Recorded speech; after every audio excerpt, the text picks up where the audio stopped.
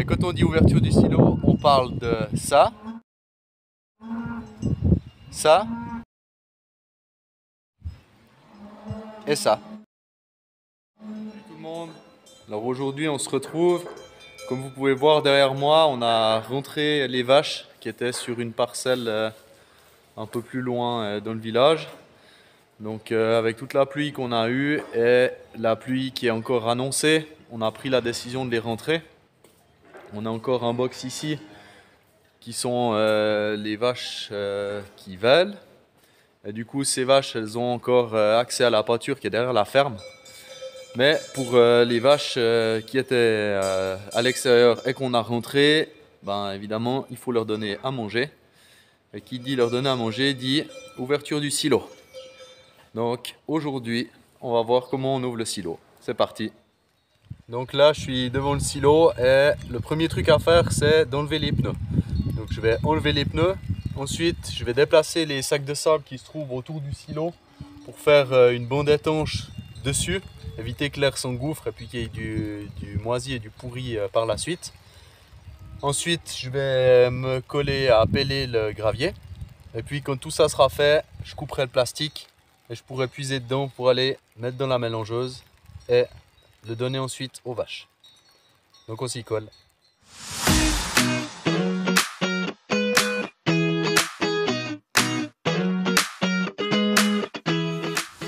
Voilà, donc les pneus.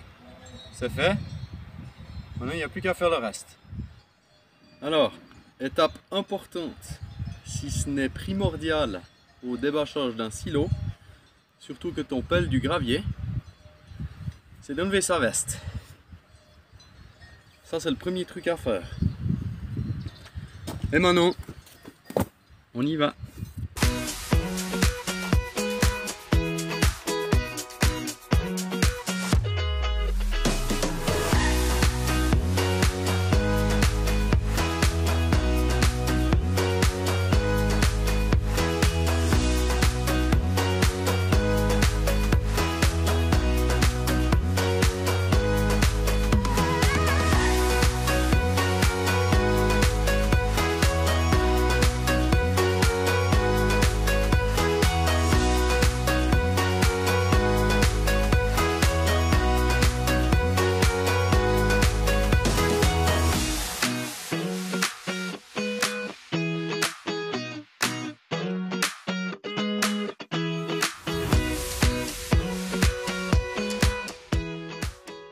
Donc on se retrouve de nouveau devant le silo où j'ai mis une sangle orange qu'on voit là pour éviter que le vent s'engouffre et puis que ça lève le plastique.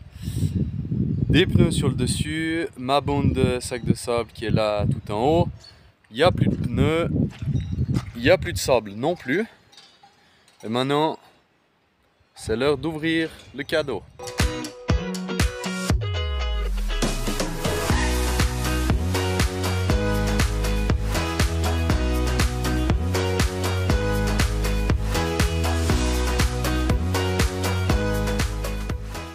Donc voilà le silo ouvert. Donc je suis très content. Une super conservation, en tout cas pour le devant ici. Bon, on voit encore où il y avait les pneus. Il y a un tout petit peu de moisi ici. Ça vient que là-dessous il y a juste un peu de gravier avant qu'il y ait la dalle, parce que la dalle elle est un peu plus loin. Et puis du coup j'imagine qu'il y a un peu d'air qui est remonté du gravier et puis qui a fait ces taches de moisi. Donc ça je vais enlever histoire de ne pas le donner aux vaches. Mais globalement très content. Et puis si on regarde d'un peu plus près,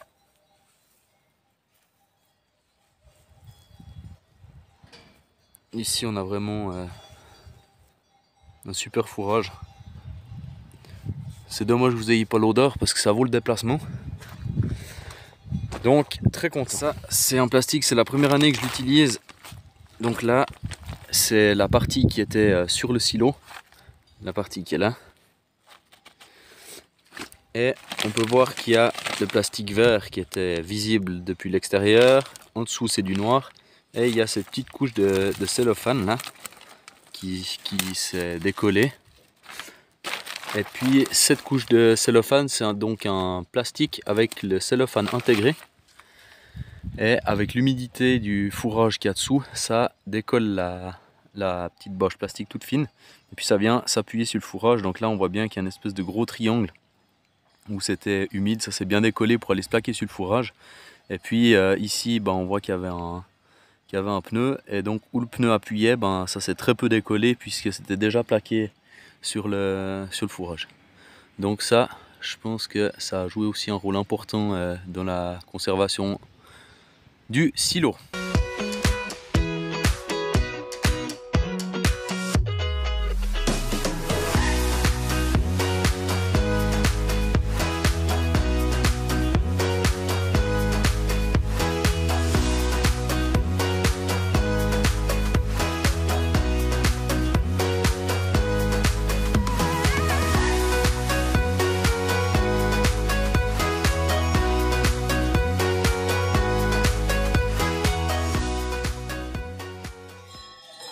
Voilà, on arrive donc à la fin de la vidéo.